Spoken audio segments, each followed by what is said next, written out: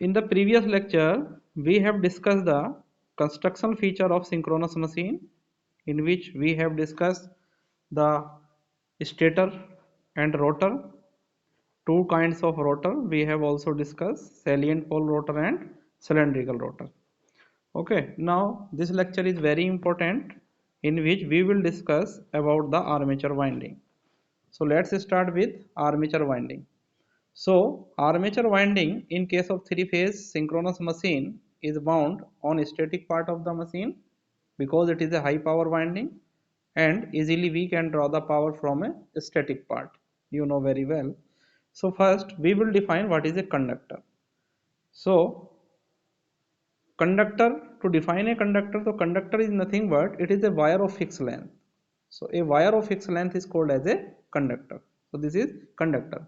This conductor may be of copper and aluminium, because generally two conducting materials are used in binding of machine, that is copper and aluminium. The second term is turn. What is turn? When two conductors are connected in series, when two conductors are connected in series, A turns is form, ठीक है ना।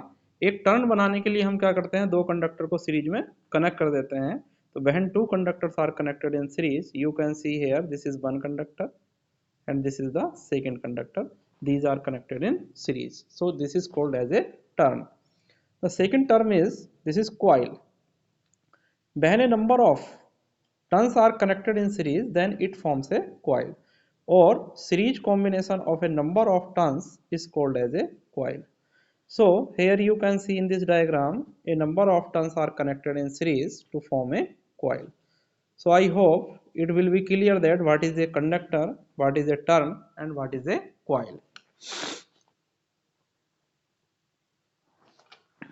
Now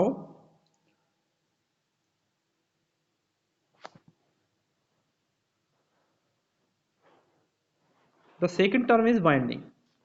Second term is winding. So when a number of coils are connected in series, when a number of coils are connected in series, then this is called as a winding. तो series connection of a number of coils is called as a winding, ठीक है ना।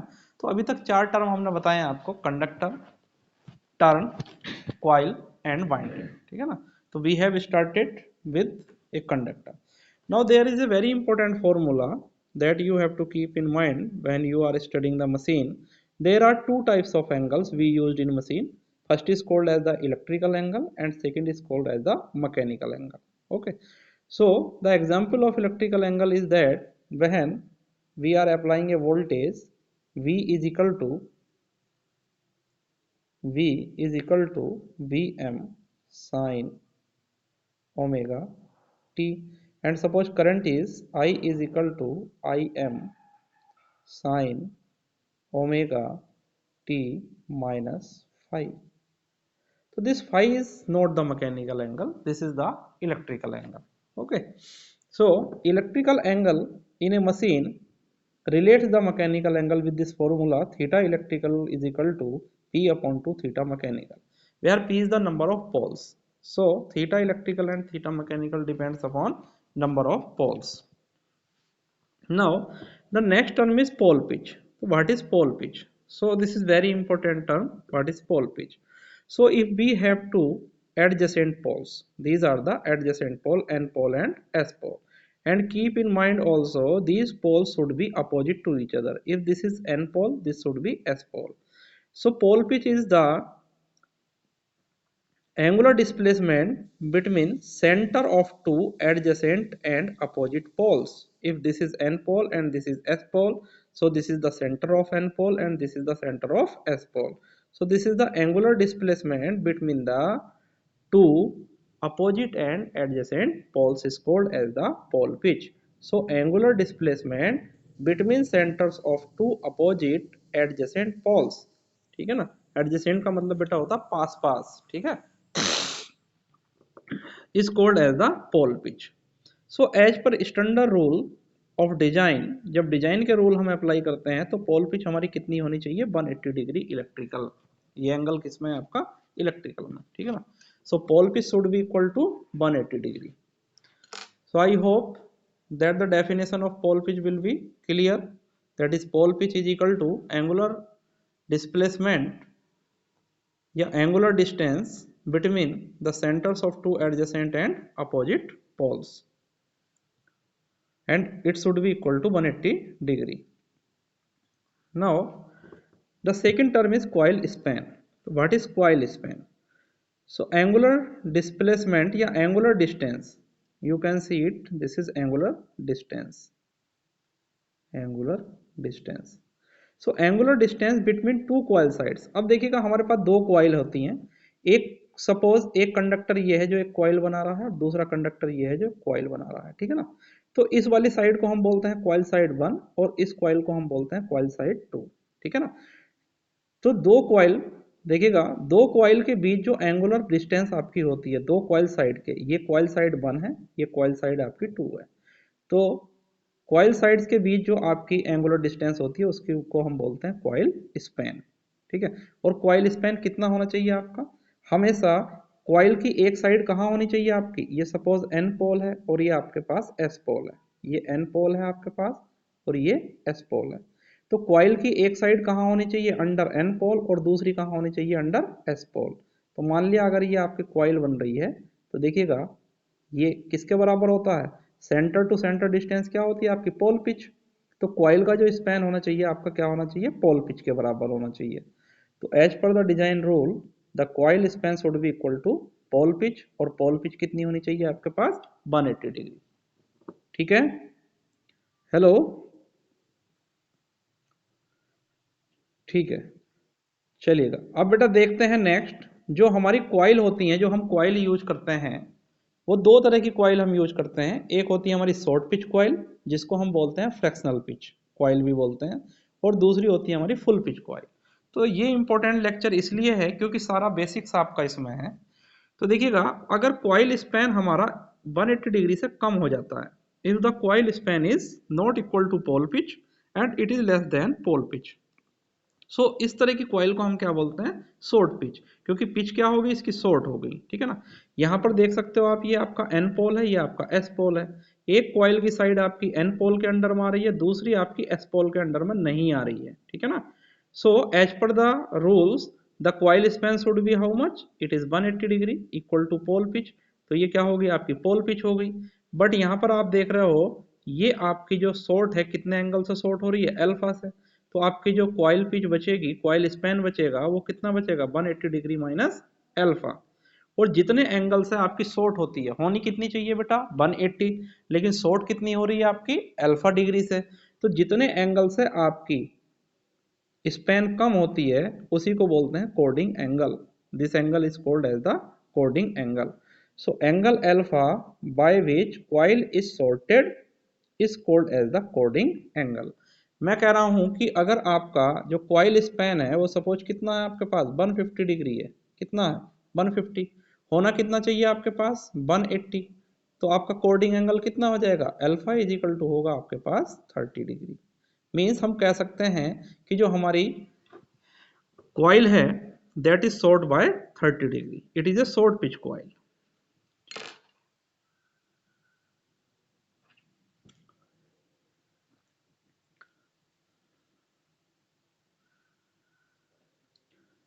Next देखते हैं हम full pitch coil. तो full pitch coil वो coil होती हैं जिनका कॉइल स्पैन आपका पोल पिच के बराबर होता है, जो डिजाइन रूल को फॉलो करती हैं। तो in full pitch coil the span coil span is equal to pole pitch, और कितना होना चाहिए आपका 180 डिग्री। तो यहाँ पर आप देख सकते हैं this is N pole, N pole के अंडर में एक कॉइल साइड आपकी आ रही है और एस पोल के अंडर में आपकी दूसरी कॉइल साइड आ रही है। तो जो टोटल आपका एंगल मिल रहा है, कॉइल स्पैन कितना मिल रहा है आपको, it is equal to pole pitch. So this is called as full pitched coil, ठीक है। चलिएगा अब हम बात करते हैं फुल पिच बाइंडिंग की। अभी हमने किसकी बात की थी, कॉइल की, अब बात करते हैं फुल पिच बाइंडिंग की। This is very very important, full pitch binding. देखिएगा फुल पिच बाइंडिंग अगर हमें बनानी है तो इसका मतलब फुल पिच कॉइल लेनी पड़ेगी। तो a winding uses the full pitched coil. अगर किसी वाइंडिंग में हम फुल पिच कॉइल यूज कर रहे हैं, यानी उस कॉइल की एक साइड एन पोल के अंडर में लाई कर रही है और दूसरी कॉइल आपकी साइड एस पोल के अंडर में लाई कर रही है, तो उस कॉइल को हम बोलते हैं फुल पिच्ड कॉइल। और जिस बाइंडिंग के लिए हम उसको यूज कर रहे हैं उसको बोलते हैं फुल पिच्ड बाइंडिंग। ठीक है, अब ध्यान से इसको ये देखना है। देखिएगा यहाँ हमारे पास दो साइड हैं, एक साइड एन पोल के अंडर लाई कर रही है और एक साइड हमारी एस पोल के अंडर लाई कर रही है। This is coil side 1 and this is coil side 2। अब दोनों साइड में आपका ईएमएफ इंड्यूस होगा, तो induced EMF in coil side 1 इसको हमने मान लिया E1 और इसका मैग्नीट्यूड कितना मान लिया हमने, सपोज कैपिटल E। ठीक है ना, the induced EMF in coil side 1 is equal to E। ठीक है ना, ऐसे ही आपका इंड्यूस्ड ईएमएफ होगा कॉइल साइड 2 में, तो induced EMF in coil side 2 will be E2 is equal to E। क्योंकि देखिएगा जो आपके नंबर ऑफ टर्न्स होंगे वो तो सेम ही होंगे, जो इस साइड में आपके नंबर ऑफ टर्न्स होंगे वही इस साइड में नंबर ऑफ टर्न्स होंगे, तो जो ईएमएफ आपका होता है that depends upon the number of turns. इसका मतलब दोनों कॉइल साइड में जो ईएमएफ होगा तो कैसा होगा आपका, इक्वल होगा। बट अगर मैं फेज की बात करूं, चूंकि इंड्यूस्ड ईएमएफ कैसी क्वांटिटी है आपकी, फेजर क्वांटिटी, तो E1 और E2 दोनों क्या है आपके पास, phasor quantity. This is E1 and this is E2। ध्यान से देखिएगा, E1 is the induced EMF in coil side 1 and E2 is the induced EMF in coil side 2. The magnitude of both the induced EMF will be same। और चूंकि ये आपकी full pitched coil है तो full pitched coil में बेटा जो आपका फेज रिलेशन होगा वो क्या होगा, 0 डिग्री का फेज होगा इनमें, यानी ये दोनों क्या होंगी आपकी सेम फेज में होगी। ध्यान रखिएगा इस बात को, जब भी हम फुल पिच्ड बाइंडिंग की बात करते हैं तो the EMF induced in both the coil sides will be equal in magnitude and in same phase। ठीक है ना।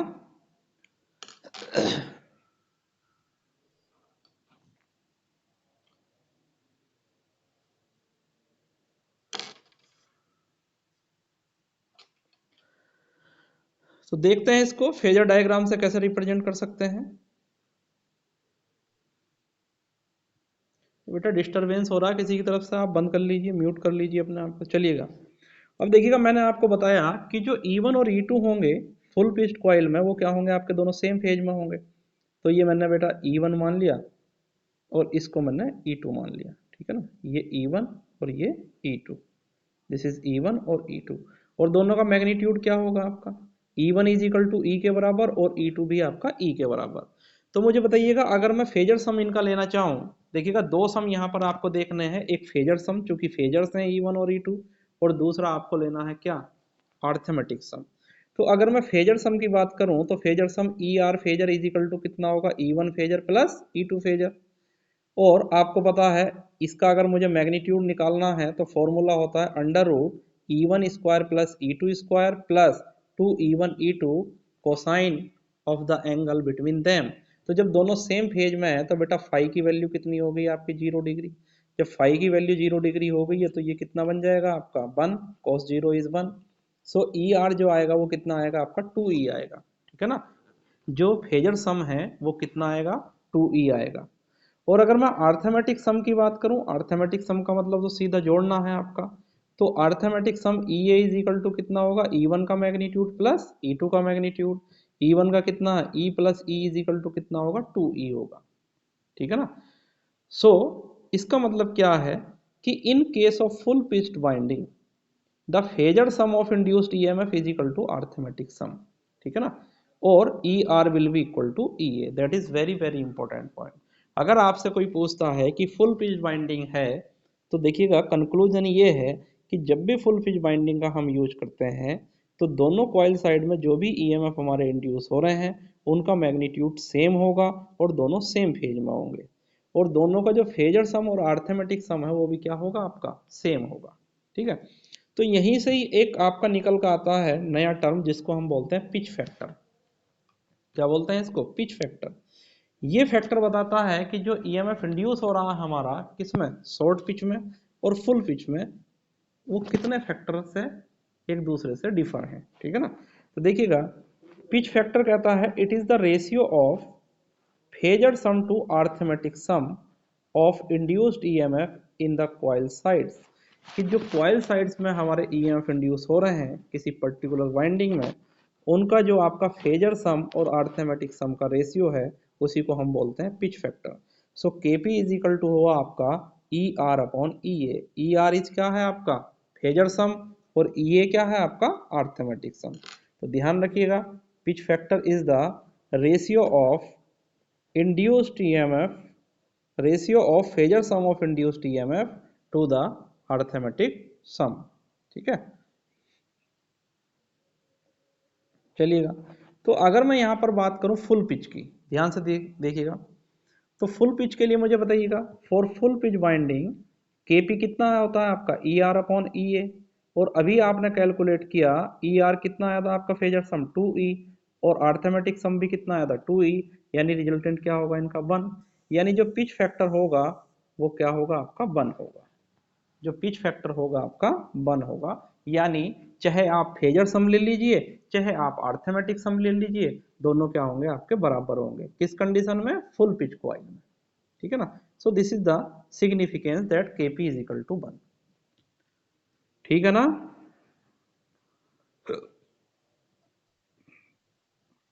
चलिएगा। तो बेटा अब बात करते हैं हम शॉर्ट पिच या फ्रैक्शनल पिच बाइंडिंग की। अब किसकी बात करते हैं, शॉर्ट पिच या फ्रैक्शनल पिच बाइंडिंग की। इसमें क्या होता है, देखिएगा, जब भी हम शॉर्ट पिच की बात करते हैं तो शॉर्ट पिच कॉइल यूज करेंगे।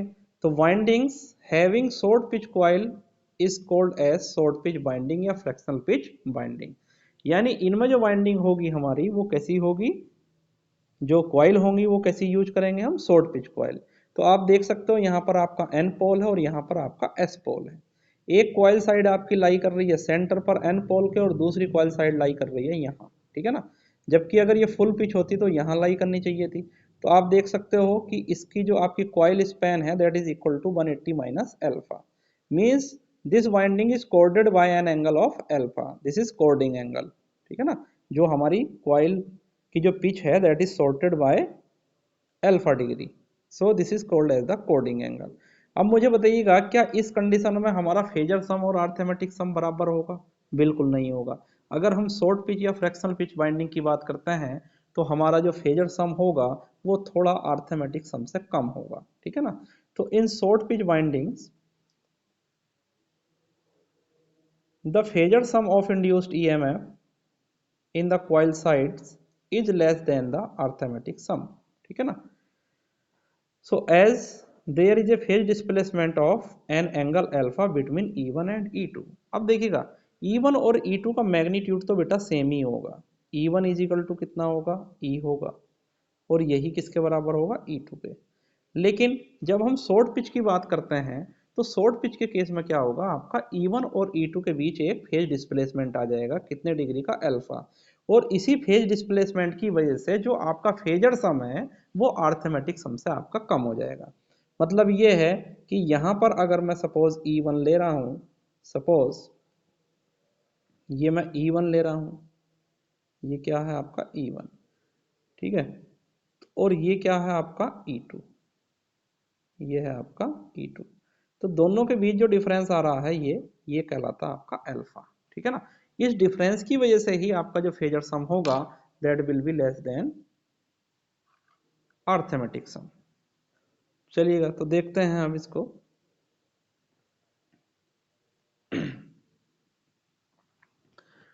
तो यहाँ पर ध्यान से देखिएगा, यहाँ पर मैंने, अब हम चूंकि पिच फैक्टर निकालना है तो हमें इसका फेजर सम भी देखना है और हमें अर्थमेटिक सम भी।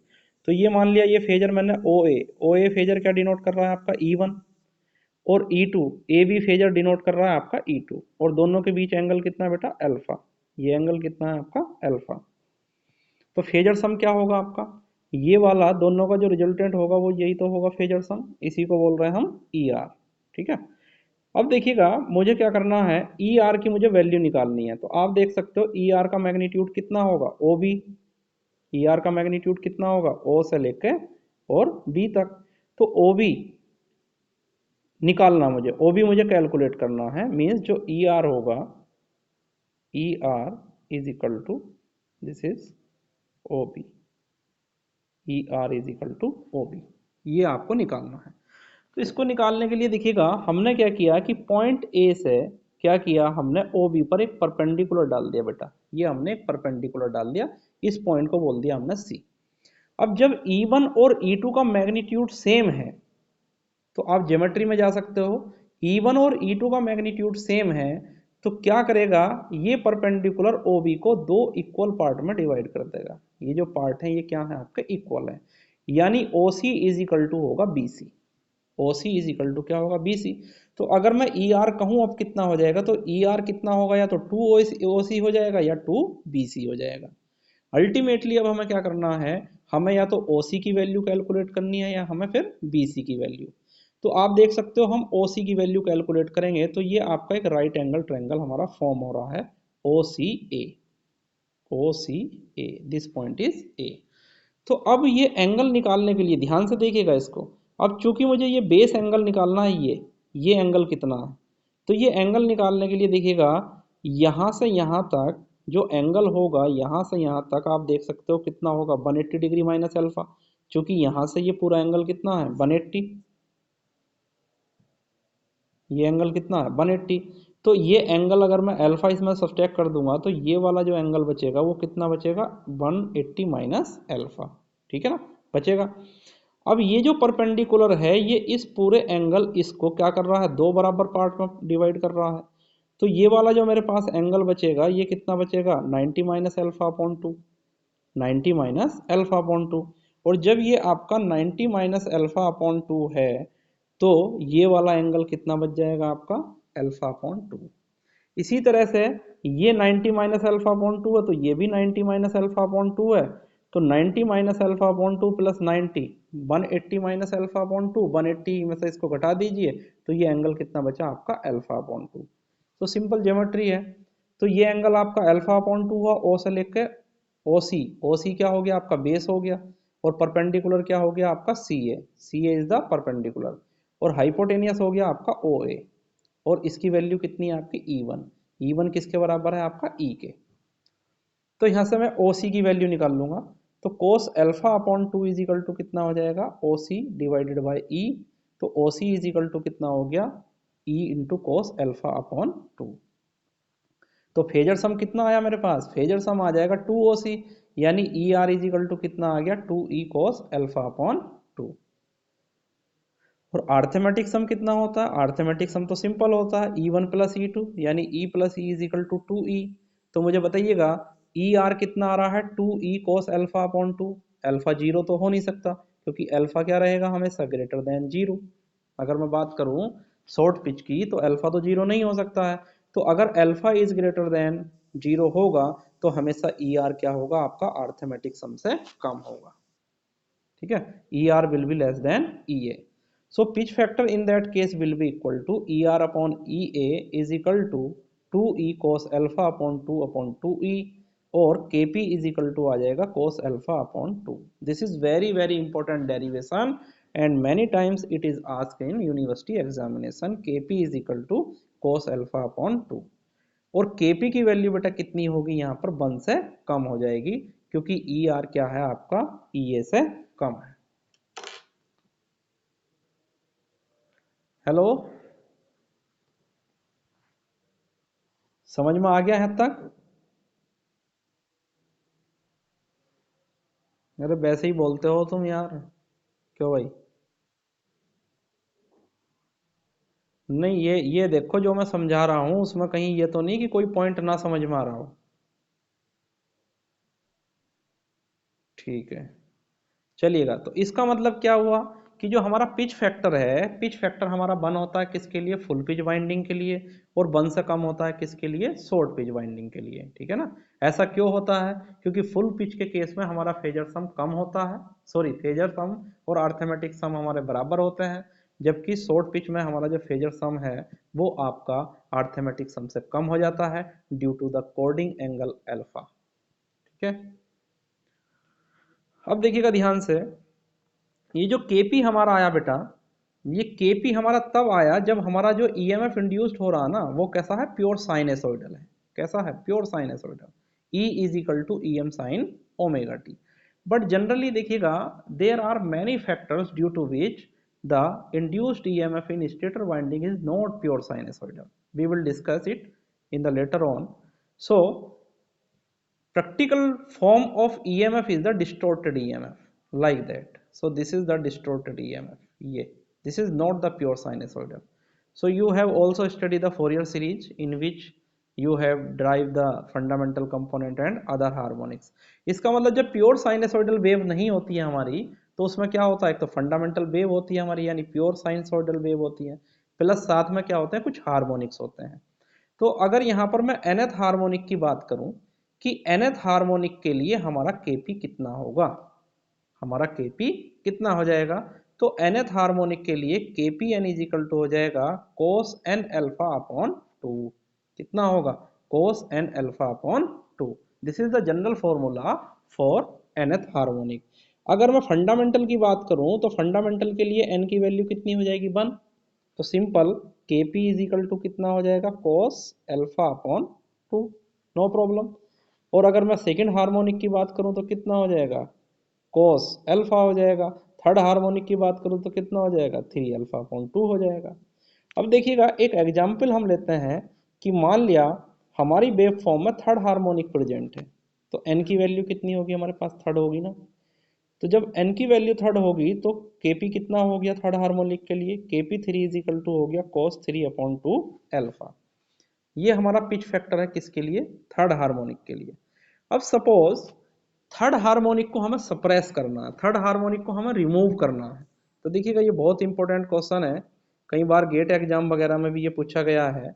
तो अगर हमें थर्ड हार्मोनिक को सप्रेस करना है, तो to suppress third harmonic component kp3 की वैल्यू कितनी होती है आपकी, cos 3 अल्फा अपॉन 2 कितनी होनी चाहिए आपकी, 0 होनी चाहिए। कितनी होनी चाहिए, 0। This is not degree, this is 0, ठीक है ना, ये 0। तो मुझे बताइएगा cos 3 alpha upon 2 is equal to 0, तो दोनों तरफ अगर आप इनवर्स ले लोगे तो 3 अल्फा अपॉन 2 की वैल्यू कितनी हो जाएगी, 90 डिग्री, और अल्फा की वैल्यू कितनी हो जाएगी आपकी 120 डिग्री। इसका मतलब ये है कि किसी साइनसोइडल इंड्यूस्ड ईएमएफ से अगर आपको थर्ड हार्मोनिक को रिमूव करना है, थर्ड हार्मोनिक को सप्रेस करना है, तो आपको क्या करना पड़ेगा, शॉर्ट पिच बाइंडिंग का यूज करना पड़ेगा, जिसमें अल्फा की वैल्यू आपको कितनी रखनी पड़ेगी, 120 डिग्री, ठीक है ना। तो फायदा हुआ कि नुकसान हुआ, शॉर्ट पिच बाइंडिंग यूज करने का सबसे बड़ा इंपॉर्टेंट फायदा ये है, सबसे बड़ा इंपॉर्टेंट रीजन ये है कि इसकी हेल्प से हम क्या कर सकते हैं, हार्मोनिक्स को रिमूव कर सकते हैं, प्योर साइनसोइडल इंड्यूस्ड ईएमएफ हम गेट अप कर सकते हैं, ठीक है ना।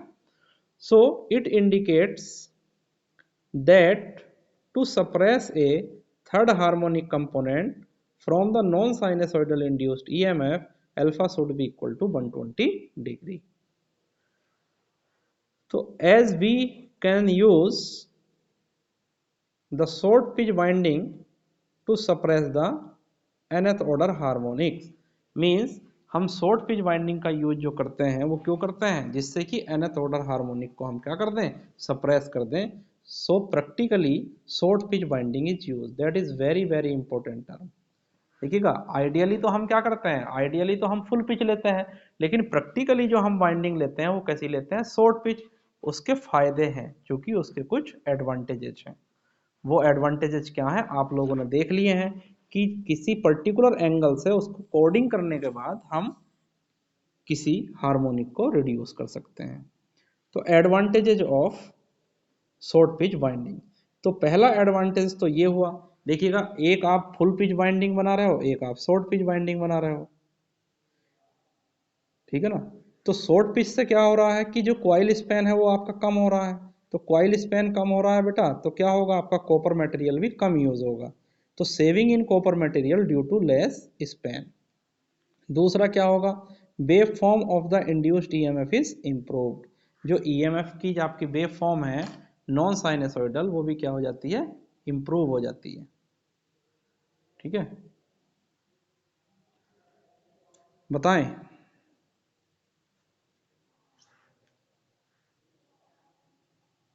ठीक है बेटा। तो इस लेक्चर में मुझे इतना ही डिस्कस करना था, नेक्स्ट लेक्चर में हम डिस्कस करेंगे एक और फैक्टर होता है जिसको बोलते हैं डिस्ट्रीब्यूशन फैक्टर। नेक्स्ट लेक्चर में we will discuss the concentrated and distributed winding and the distribution factor.